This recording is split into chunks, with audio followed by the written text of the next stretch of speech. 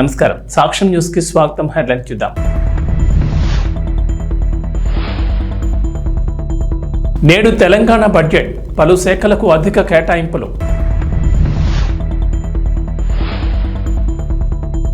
హైదరాబాద్ చుట్టూ ring rail project, కేంద్ర railway మంత్రి కీలక ప్రకటన.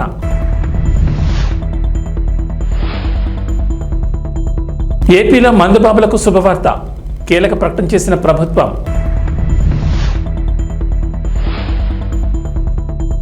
తెలంగాణ ప్రజలకు వాతావరణ శాఖ హెచ్చరిక, నేడు పలు జిల్లాల్లో అతి భారీ వర్షాలు. ముఖ్యమంత్రి రేవంత్ రెడ్డి అధ్యక్షతన కేబినెట్ భేటీ ప్రారంభమైంది. 2024-25 వార్షిక బడ్జెట్ కు కేబినెట్ ఆమోదం తెలుపనుంది. అంతకుముందు డిప్యూటీ సీఎం ఆర్థిక మంత్రి బట్టి విక్రమార్క, ఛాంబర్లో మంత్రులు కోమటిరెడ్డి వెంకటరెడ్డి, పొంగులేటి శ్రీనివాసరెడ్డి, ఉత్తమ్ కుమార్ రెడ్డి, పొన్నం ప్రభాకర్, కొండా సురేఖ సమావేశమయ్యారు. బట్టిని కలిసిన చీఫ్ సెక్రటరీ శాంతికుమారి బడ్జెట్ ప్రవేశపెడుతున్నందుకు అభినందనలు తెలిపారు.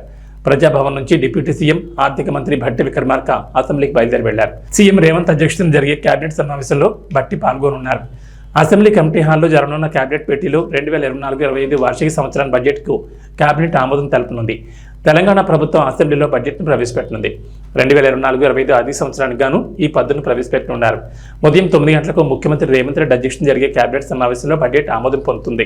ఆ తర్వాత డిప్యూటీ సీఎం ఆర్థిక మంత్రి భట్టి విక్రమార్క మధ్యాహ్నం 12 గంటలకు శాసనసభలో పూర్తిస్థాయి పద్దును ప్రవేశపెడతారు.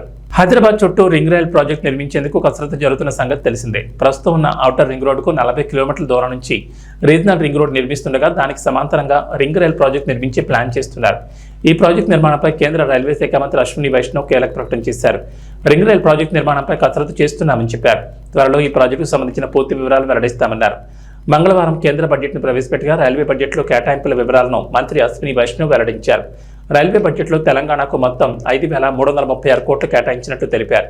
ప్రస్తుతం తెలంగాణలో రాష్ట్రంలోని వివిధ ప్రాంతాల్లో 32,946 కోట్ల విలువైన ప్రాజెక్టుల పనులు కొనసాగుతున్నాయని వెల్లడించారు. రాష్ట్రంలో ఇప్పటి వరకు ట్రైన్ నెట్వర్క్ విద్యుదీకరణ 100% పూర్తయిందన్నారు. ఎన్డీఏ అధికారంలోకి వచ్చిన తర్వాత గత 10 ఏళ్లలో 437 కొత్త ఫ్లైఓవర్లు, అండర్ పాస్లు నిర్మించినట్లు చెప్పారు. అసెంబ్లీలో ముఖ్యమంత్రి నారా చంద్రబాబు నాయుడు కీలక ప్రకటన చేశారు. వైఎస్ఆర్సీపీ హయాంలో జరిగిన మద్యం కుంభకోణంపై శ్వేతపత్రం విడుదల చేశారు. కీలక అంశాలను ప్రస్తావించారు. మద్యం విధానం స్థానంలో కొత్త మద్యం బార్ల విధానాన్ని తీసుకొస్తామని, నిపుణుల కమిటీ లేదా కేబినెట్ సబ్ కమిటీతో మద్యం విధానంపై అధ్యయనం చేయిస్తామన్నారు. ఈ ఎక్సైజ్ పాలసీని అత్యుత్తమ ఆచరణలతో ఉండేలా దీన్ని రూపొందిస్తామని, మద్యం ధరలను సమీక్షించి పేదలకు అందుబాటు ధరలో నాణ్యమైన మద్యం లభించేలా చూస్తామని చెప్పుకొచ్చారు. రాష్ట్రంలో ఎక్సైజ్ శాఖను పునర్వ్యవస్థీకరిస్తామని, వారిపై ఒకే విభాగం పర్యవేక్షించుతామని సీఎం తెలిపారు. ఈ రాష్ట్రానికి ఎంత ద్రోహం చేశారో, ఎంత అన్యాయం జరిగిందో ప్రతి ఒక్కరికి అర్థమవుతుంది. ఈరోజు మనందరం కూడా రాష్ట్రంలో ఎన్డీఏ గెలిచిన తర్వాత అఖండ విజయం, ఒక హిస్టారికల్ విక్టరీ వచ్చింది.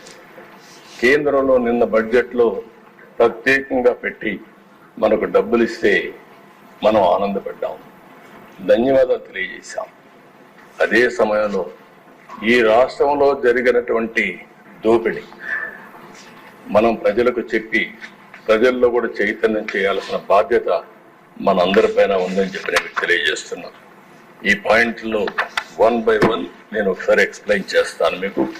మీరు కూడా ఫాలో కావాల్సిందిగా, ప్రజలందరూ కూడా ఆలోచించాల్సిందిగా వారికి కూడా విజ్ఞప్తి చేస్తున్నా. నెక్స్ట్, ఆ రోజు చెప్పింది మొదటి పాయింట్ ప్రామిస్ చేయడంలో మద్యపాన నిషేధం పెడతాం.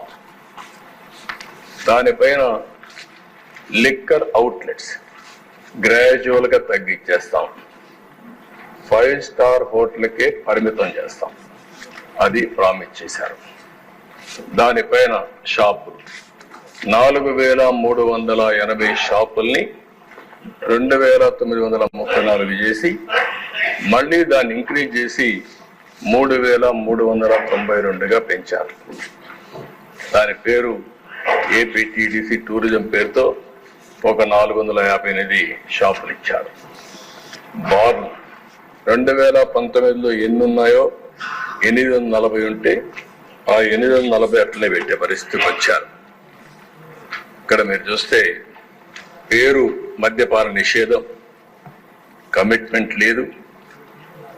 అదే మరిగా ఇంటెన్షన్ మాత్రం డిఫరెంట్ ఇంటెన్షన్ పెట్టుకున్నారు. పబ్లిక్ పాలసీ చేసేటప్పుడు ప్రజాహితం కోసం చేస్తాం, అక్కడ మొత్తం మ్యానిపులేషన్ కి, పర్సనల్ గెయిన్ కి దోహదం చేసే విధంగా పబ్లిక్ పాలసీ చేసే పరిస్థితికి వచ్చారు.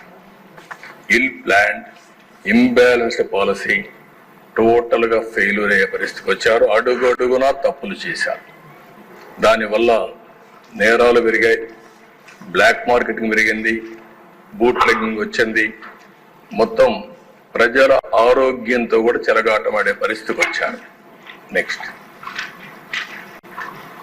ఇక్కడ మీరు చూసినప్పుడు అనేక మీటింగుల్లో చూసాం, మాట్లాడితే ధరలు పెంచుకుంటూ పోతే ఆటోమేటిక్గా తాగే వాళ్ళు తగ్గుతూ వస్తారు.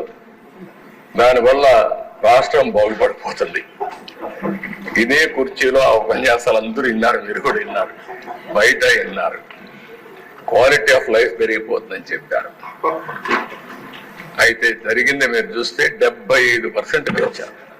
1-2%గా 75% పెంచారు. ఎక్కడ ప్రాపర్ అనాలిసిస్ లేదు, మైండ్ అప్లికేషన్ చేసే పరిస్థితి లేదు. ఎందుకంటే దొంగ పని చేయాలంటే ఏమైనా చేస్తారు, పట్టుకోలేని పరిస్థితి ఉన్నప్పుడు విచ్చలబిడితనం కూడా వస్తుంది. అదే జరిగింది.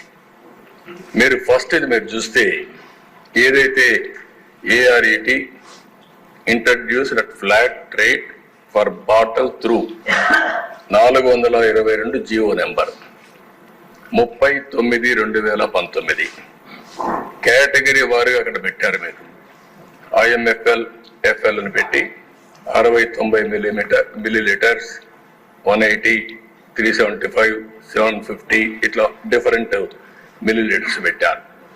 ఆ రోజు 10 రూపాయలు, 60-90. అదే కిందికి వస్తే 4/5/2020 వీళ్ళు అధికారంలోకి వస్తానే కొత్త జీవో తీసుకొచ్చారు 128.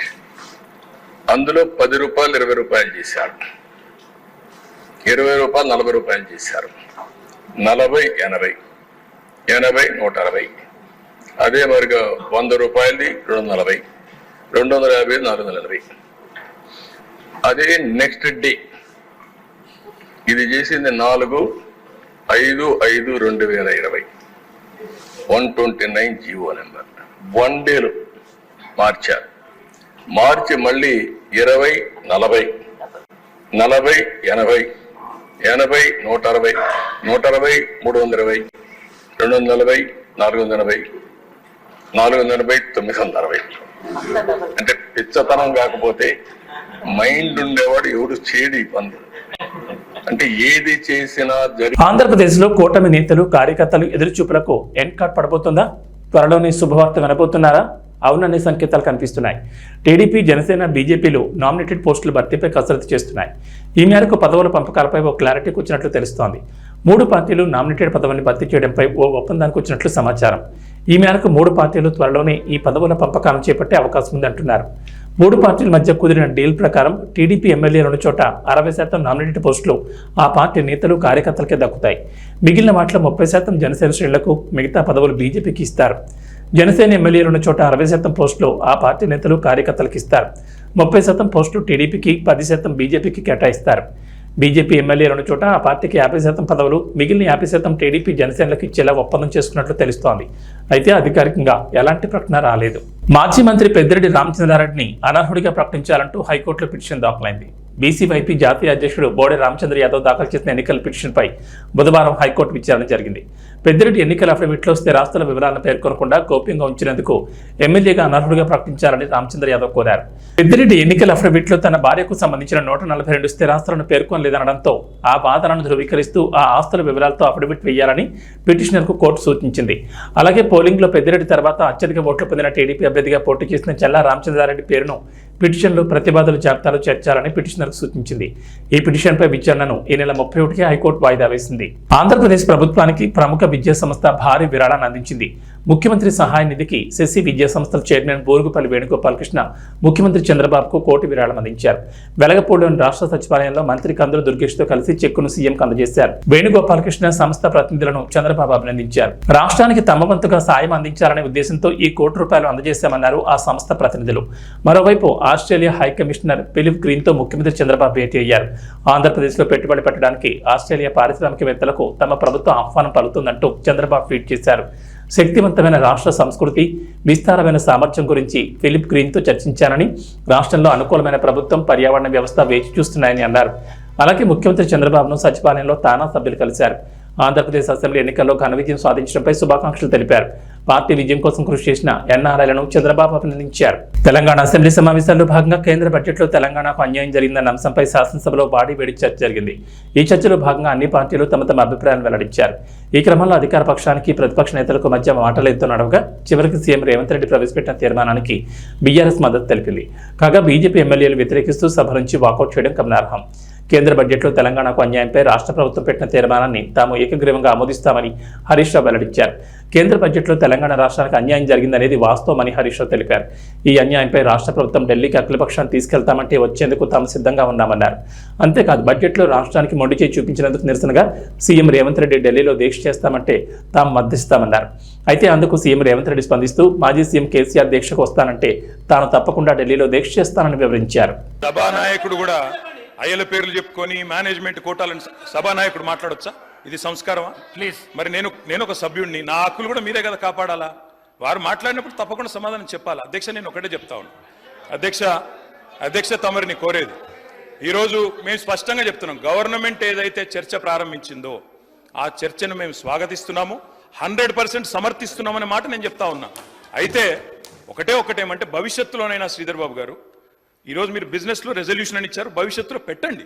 సబ్జెక్ట్ మీద చర్చ ఉంటే ఆ చర్చకు స్టేట్మెంట్ ఇవ్వండి, so that members can come prepared. ఇక అది వదిలేస్తే, ఆ మీమాంస వదిలేస్తే, అధ్యక్ష ఇప్పుడే నేను చెప్పాను అధ్యక్ష, మేము సీరియస్ విషయం కాబట్టి రెజల్యూషన్ సరిగ్గా పెట్టమని చెప్తున్నా వెంకరెడ్డి గారు. అధ్యక్ష, ఈ రకంగా మంత్రులు డిస్టర్బ్ చేయడం మాటికి పద్ధతి కాదు. సీనియర్ మెంబర్లు ఇదేం పద్ధతి అధ్యక్ష? స్వాగతిస్తున్నామని చెప్తే మళ్ళీ ఈ రకంగా ఇబ్బంది పెట్టడం ఏంది? ఇంత ఓపిక లేదేమో అధ్యక్ష. వెంకటరెడ్డి గారు ప్లీజ్ కూర్చోండి. అధ్యక్ష ప్లీజ్, నేను ఇస్తాను, కూర్చోండి. అధ్యక్ష మేము క్లియర్ గా చెప్పేది, మేము అధ్యక్ష అధికార పక్షంలో ఉన్నా, ప్రతిపక్షంలో ఉన్నా, ఏ పక్షంలో ఉన్నా మేము తెలంగాణ ప్రజల పక్షం అధ్యక్ష. మేము ఈరోజు ఈ కాంగ్రెస్ ప్రభుత్వం ప్రవేశపెట్టిన ఈ చర్చను ఎందుకు సమర్థిస్తున్నాము, ఎందుకు స్వాగతిస్తున్నామంటే, తప్పకుండా రాష్ట్ర విశాల ప్రయోజనాల దృష్ట్యా, రాజకీయ ప్రయోజనాల కంటే కూడా రాష్ట్ర ప్రయోజనాలు ముఖ్యం కాబట్టి, తప్పకుండా రాష్ట్రంలోని ప్రజలకు న్యాయం జరగాలి కాబట్టి, నిన్న కేంద్ర బడ్జెట్లో అన్యాయం జరిగింది కాబట్టి తప్పకుండా ప్రభుత్వం ఈరోజు ఏదైతే చర్చను పెట్టిందో దాన్ని మేము సంపూర్ణంగా స్వాగతిస్తున్నామనే మాట మళ్ళొకసారి చెప్తా ఉన్నా అధ్యక్ష. 8 నెలలు జరుగుతున్నా ఇంకా జాప్యం జరుగుతలేదు అని ఒక సమాధానం చెప్పారు. ఎప్పట్లోగా ఈ ప్రతిపాదనలు అమలు చేసి నియమిత రోజును ప్రకటించమవుతుందంటే ఇది పరిశీలనలో ఉంది అని గౌరవ మంత్రి గారు చెప్పారు. ఇది కాంగ్రెస్ పార్టీ మేనిఫెస్టో అధ్యక్ష. ఈ మేనిఫెస్టోలో page number 28 item number 14 TSRTC సిబ్బంది సంక్షేమం. ఆర్టీసీ కార్మికులను ప్రభుత్వ విలీన ప్రక్రియ పూర్తి చేసి 2 PRCల బకాయిలను వెంటనే చెల్లిస్తాం. వెంటనే అంటే 8 నెలలు సమయం సరిపోదా అధ్యక్ష? నంబర్ 1. నంబర్ 2, వచ్చే PRC పరిధిలోకి టీఎస్ఆర్టీసీ కార్మికులను చేరుస్తాం. నంబర్ 3, రాష్ట్ర ప్రభుత్వ ఉద్యోగులతో సమానంగా అన్ని వసతులు సదుపాయాలు కల్పిస్తాం. నంబర్ 4, ఆర్టీసీ బస్సులను ఆధునీకరించి విస్తరిస్తాం. అధునాతనమైన సౌకర్యాలతో కొత్త సర్వీసులను ప్రారంభిస్తాం. Number 6 and the last, RTC union పునరుద్ధరణకు అనుమతి ఇస్తాం. అదేవిధంగా అధ్యక్ష, ఎందుకంటే ఇవన్నీ అధ్యక్ష గతంలో ఇవాళ మా ప్రభుత్వం ఉన్నప్పుడు ఆర్టీసీ కార్మికులకు, ప్రభుత్వ ఉద్యోగులకు 43% ఫిట్మెంట్ ఇస్తే ఆర్టీసీ కార్మికులకు 44% ఫిట్మెంట్ ఇచ్చాం. గత తెలుగుదేశం ప్రభుత్వంలో కార్మికులకు కేవలం బడ్జెట్లో 100 కోట్లు పెట్టారు. కాంగ్రెస్ ప్రభుత్వం 200 కోట్లు పెట్టింది. కానీ మా ప్రభుత్వం 1000 కోట్లు, 1500 కోట్లు, 1500 కోట్లు బడ్జెట్ లో పెట్టి ఆర్టీసీ సంస్థను మేము కాపాడాలి. గౌరవ సీనియర్ శాసన సభ్యులు హరీష్ రావు గారికి తెలిసి కారణాలు ఏమిటి? దెన్ లాస్ట్ క్వశ్చన్ అధ్యక్ష, మనకు కార్మికులకు సంబంధించి మోటార్ ట్రాన్స్పోర్ట్ యాక్ట్ ఉంటుంది. డ్రైవర్లు కానీ కండక్టర్లు కానీ 8 గంటల కంటే ఎక్కువ పని చేయకూడదని ఉంటుంది. ఇందులో మహిళా కండక్టర్లు కూడా ఉన్నారు. కానీ వాళ్ళని 16 గంటలు 18 గంటలు పని చేయించడం వల్ల పని ఒత్తిడికి లోనై దాదాపు కొన్ని వందల సంఖ్యలో కార్మికులు చనిపోతున్నమాట వాస్తవమా? మహాలక్ష్మి పథకం వచ్చిన తర్వాత ఓవర్లోడ్ కావడం ద్వారా పని గంటల భారం పెరిగి దానికి సరిపడా మీరు డ్రైవర్లను కండక్టర్లను నియామక చేయకపోవడం వల్ల ఒక్కొక్కరు 16 గంటలు 18 గంటలు పనిచేసి కార్మికులు ఇబ్బంది పడుతున్న విషయం ప్రభుత్వం దృష్టికి వచ్చిందా? దానికి అనుగుణంగా కండక్టర్ల డ్రైవర్ల నియామకం ఎప్పట్లోగా చేస్తారు. సో మళ్ళీ ఒకసారి ఫైనల్గా దయచేసి మేము ప్రభుత్వాన్ని రాజకీయాలకు పోకుండా వెంటనే ఆర్టీసీ ఉద్యోగులను ప్రభుత్వ ఉద్యోగులుగా గుర్తించే ప్రక్రియ ఏర్పాటు చేయాలని, దాని స్పెసిఫిక్ డేట్ ఇచ్చి ఈ రాష్ట్రంలో ఎంతో ఆశలతో ఎదురు చూస్తున్న ఆర్టీసీ ఉద్యోగులకు ఈ సభ ద్వారా తీపి కబురు అందించాలని మీ ద్వారా ముఖ్యమంత్రి గారిని మంత్రి గారిని కోరుతున్నాను. పశ్చిమ గోదావరి జిల్లా భీమవరం వెంటివారి తోట 1-2 వార్డులో వరద బాధితులకు తెలుగు మహిళ నసీమా బేగం సౌజన్యంతో ముంపు గురైన నిరాశ్రయులకు సుమారు 300 మందికి భోజనాలు పంపిణీ చేశారు. ఇందులో భాగంగా మాట్లాడుతూ తోట సీతారామలక్ష్మి స్థానిక ఎమ్మెల్యే పులపతి రామాన్యాల ఆదేశాల మేరకు మెంటే పార్థసారథి, మెంటే గోపి, గంటా త్రిమూర్తులు, బుద్ధుల రాము, ఏసుపాదం ఇలాంటి కార్యక్రమాలు చేయాలని, దాతలకు సహాయ సహకారాలు అందించాలని బీజేపీ, టీడీపీ, జనసేన నాయకులు, కార్యకర్తలు, వీర మహిళలు పాల్గొన్నారు.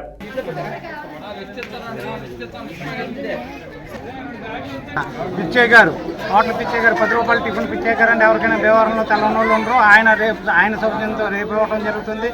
దీనికి స్పందించి ఇంకా ఇతరులు కూడా దీనికి ఇటువంటి కార్యక్రమాలు చేయాలని కోరుతూ తెలుగుదేశం కార్యకర్త అన్ని కూటమికి కారణంగా మెట్టూరు తోటలో లోతట్టు ప్రాంతంలో వర్షం వెళ్ళిపోయింది. ఎమ్మెల్యే గారు రావడం చూడడం జరిగింది. అలాగే జనసేన పార్టీ, అలాగే తెలుగుదేశం పార్టీ నాయకులు రావడం జరిగింది. అక్కడ ఉండిపోయి సారు వెంటనే చూసి సమస్యని పరిష్కరించాలని చెప్పి మహిళలందరూ వచ్చి అక్కడ గోడ కట్టి ఇవ్వాలని చెప్పి అడిగారు. ఎమ్మెల్యే గారు సమస్య పరిష్కరిస్తానమ్మా అన్నారు. ఎందుకంటే అక్కడ వర్షం వచ్చినప్పుడల్లా నీళ్ళు నిండిపోయి పిల్లలు కూడా చనిపోవడం జరిగింది. అలాగే ఎమ్మెల్యే గారు కూడా మోటార్ పెట్టి తోలించడం జరిగింది. ఇలాంటి సమస్య మళ్ళీ రాకుండా ప్రభుత్వం మళ్ళీ సమస్య నాకు పరిష్కరించాలని చెప్పి అలాగే దాతలు ముందుకొచ్చి ఈ వార్డులో అన్నదానం కానీ అలాగే ఆర్థిక సహాయం కానీ చేయాలి. జై తెలుగు. మెంటేవర్ తోటలో ఇప్పుడు వర్షాకాలంలో నీరు రావటం చాలా ప్రాబ్లంగా ఉంటుంది ప్రజలకి. కానీ ఎమ్మెల్యే గారు కూటమి ప్రభుత్వం వచ్చిన తర్వాత ఎమ్మెల్యే గారు వచ్చి ప్రజల సమస్యలన్నీ తెలుసుకొని ఇలా ఉందమ్మా అని అన్నారు. అలా తెలుసుకొని వెళ్ళారు. అలాగే ఏంటంటే ఇప్పుడు దాతలందరూ ముందుకొచ్చి ప్రతి ఒక్కరు కూడాను వారం రోజుల నుంచి ఏదో అన్న సాయం చేస్తున్నారు. ప్రతి ఒక్కరు కూడా తోసినంత మట్టుకు. కానీ మెంటూరు తోటలో 2వ వార్డులో ముంపు ప్రాంతాలకు గురైన వరద ముంపు ప్రాంతాలకు గురైన వాళ్ళందరికీ దాదాపు 300 నుంచి 400 మందికి నసీమా గారు, షబీనా గారు వాళ్ళ సారథ్యంలో వాళ్ళందరికీ పలావ్ పొట్లాలు పంచిపెట్టడం జరిగింది. ఇలాంటి కార్యక్రమాలు తెలుగుదేశం పార్టీ తప్ప ఇంకే పార్టీ చేయలేదు. కరోనాలో సైతం తెలుగుదేశం మేము సైతం అని ప్రతి ఒక్కరు కూడా సైనికుల్లా ఎంతోమంది పనిచేశారు. అలాగే ఈ ముంటి ప్రాంతాల నుంచి ఇప్పటివరకు దగ్గర వారం రోజుల నుంచి ప్రతిరోజు ఏదో ఒక వార్డులో అన్నదానాలు చేస్తూనే ఉన్నారు. ఇలాంటి పార్టీ, ఆ పార్టీలో మేము కార్యకర్తలుగా ఉండడం మా అదృష్టంగా భావిస్తున్నాం. ఈ ప్రోగ్రాంకి మాకు సహకరించిన బాబులు గారికి కృతజ్ఞతలు. ఈ కార్యక్రమాలు ఇంకా దగ్గర ఇంకో 10 రోజుల దాకా జరుగుతాయండి. ముంపు ప్రాంతాలకు గురైన వాళ్ళు ప్రతి ఒక్కరికి ఎంతో కొంత మా తరఫున తెలుగుదేశం పార్టీ తరఫున వాళ్ళకి సహాయశక్తులు, వాళ్ళకి సహకారాలు అందిస్తానికి మేమందరం కృషి చేస్తాం. అల్లు అర్జున్ బ్రదర్ శిరీష్ హీరోగా తెరకెక్కిన బడ్డీ చిత్రం ఈ నెల 26న ప్రేక్షకుల ముందుకు రాబోతోంది. టెడ్డీ బియర్ కాన్సెప్ట్ తో యాక్షన్ డ్రామాగా ఈ సినిమా తీశారు. గాయత్రి భరద్వాజ్ హీరోయిన్ గా నటించిన ఈ చిత్రాన్ని అల్లు శిరీష్ జోరుగా ప్రమోట్ చేస్తున్నారు. ఇందులో భాగంగా పలు యూట్యూబ్ ఛానల్స్ కి ఆయన వరుస ఇంటర్వ్యూలు ఇస్తున్నారు. అయితే తాజాగా ఇచ్చిన ఇంటర్వ్యూలో హీరో ప్రభాస్ ను తెగ పొగిడేశారు శిరీష్. అయితే ఈ కామెంట్స్ ఇండైరెక్ట్ గా అల్లు అర్జున్ కి సెటైర్ వేసినట్టుగా ఉన్నాయంటూ బన్నీ ఫ్యాన్స్ ఫైర్ అవుతున్నారు. మీరు కంటిన్యూగా ఎందుకు సినిమాలు చేయడం లేదు, అలానే సెపరేట్గా మీకు పిఆర్ టీం పెట్టుకోవచ్చు కదా అంటూ శిరీష్ని యాంకర్ అడిగారు. దీనికి ఆన్సర్ ఇస్తూ ప్రభాస్ గురించి ప్రస్తావించారు శిరీష్. కంటిన్యూగా సినిమాలు చేస్తూ ఉంటే ఆడియన్సే మనల్ని గుర్తుపెట్టుకుంటారు, మన గురించి మనం చెప్పుకోకర్లేదు, సినిమాలే చెప్తాయి. ఈ విషయం ప్రభాస్ నుంచి నేర్చుకోవాలి. ఆయన అసలు ఎక్కడా కనపడరు, కానీ ఆయన సినిమాలు మాత్రం కనీసం 10 నెలలకు ఒకటైనా వస్తుంది. సింప్లిసిటీకి అతను పెద్ద ఎగ్జాంపుల్. ఆయన చేసేవన్నీ పెద్ద సినిమాలు అన్నీ బాగుంటాయి, బయట ఎక్కడా కనపడరు, ఎలాంటి హడావిడి ఉండదు. ఆయన నుంచి ఇలాంటివి నేర్చుకోవాలి. అలానే ఆయన సినిమాలను కూడా ప్రభాస్ పెద్దగా ప్రమోట్ చేసుకోరు, చాలా మినిమల్గా ప్రమోషన్ చేస్తారు. అలానే తన సినిమాలకు కాకుండా దేనికి పెద్దగా రియాక్ట్ అవ్వరు. అసలు ఆయనకి పిఆర్ కూడా లేదు. అలానే ఏ అవార్డ్ ఫంక్షన్స్కి, రియాలిటీ షోలకు కూడా ఆయన పెద్దగా రారు. కానీ తన సినిమాల ఈవెంట్స్కి మాత్రం వచ్చి చిన్నగా ప్రమోట్ చేస్తారు. అయినా సరే ఆయన సినిమాలు పెద్ద హిట్ అవుతాయంటూ అల్లు శిరీష్ అన్నారు. T20 ప్రపంచ కప్ 2024 టైటిల్ సాధించిన తర్వాత కెప్టెన్ రోహిత్ శర్మ T20 ఫార్మాట్కు గుడ్ బై చెప్పిన విషయం తెలిసిందే. దీంతో శ్రీలంకతో జరిగే T20 సిరీస్కు కొత్త కెప్టెన్ ఎంపిక అనివార్యమైంది. ఈ నేపథ్యంలో శ్రీలంకతో సిరీస్కి ఎంపికయ్యే కెప్టెన్ని T20 ప్రపంచ కప్ 2026 వరకు కొనసాగిస్తారనే అంచనాలతో కెప్టెన్ ఎంపిక ఉత్కంఠ రేపింది. అయితే T20 ప్రపంచ కప్ 2024కు రోహిత్ శర్మకు డిప్యూటీగా ఉన్న హార్దిక్ పాండ్యాని భారత T20 జట్టు తదుపరి కెప్టెన్ అని అంతా భావించారు. కానీ అనూహ్యంగా భారత సెలక్షన్ కమిటీ సూర్యకుమార్ యాదవ్ను కెప్టెన్గా ఎంపిక చేసింది. దీంతో హార్దిక్ పాండ్యాకు అన్యాయం జరిగిందనే ఆరోపణలు వచ్చాయి. దీనిపై చాలా మంది మాజీ క్రికెటర్లు తమ అభిప్రాయాన్ని వ్యక్తం చేశారు. ఈ జాబితాలో టీమిండియా మాజీ చీఫ్ సెలెక్టర్, మాజీ క్రికెటర్ కృష్ణమాచారి శ్రీకాంత్ చేరాడు. శ్రీలంకతో T20లకు కెప్టెన్గా హార్దిక్ పాండ్యాను తొలగించడంపై అతను ఆగ్రహం వ్యక్తం చేశాడు. ఇందుకు టీమిండియా యాజమాన్యం ఇచ్చిన వివరణ సరిగా లేదని అసంతృప్తిని వ్యక్తం చేశాడు.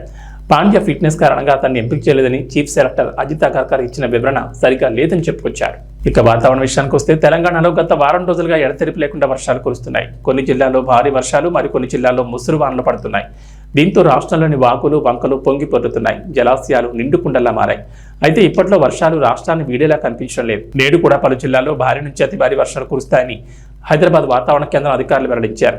మరో 2 రోజుల పాటు ఈ వర్షాలు ఇలాగే ఉంటాయన్నారు. ఉత్తర ఛత్తీస్గఢ్ వద్ద అల్పపీడనం ఏర్పడిందని అధికారులు వెల్లడించారు. అది ప్రస్తుతం తూర్పు మధ్యప్రదేశ్గా కొనసాగుతుందన్నారు. దీని ప్రభావంతో తెలంగాణలోని పలు జిల్లాల్లో అత్యంత భారీ వర్షాలు కురుస్తాయన్నారు. ముఖ్యంగా ఉత్తర తెలంగాణకు జిల్లాలకు వర్ష ప్రభావం ఎక్కువగా ఉంటుందని చెప్పారు.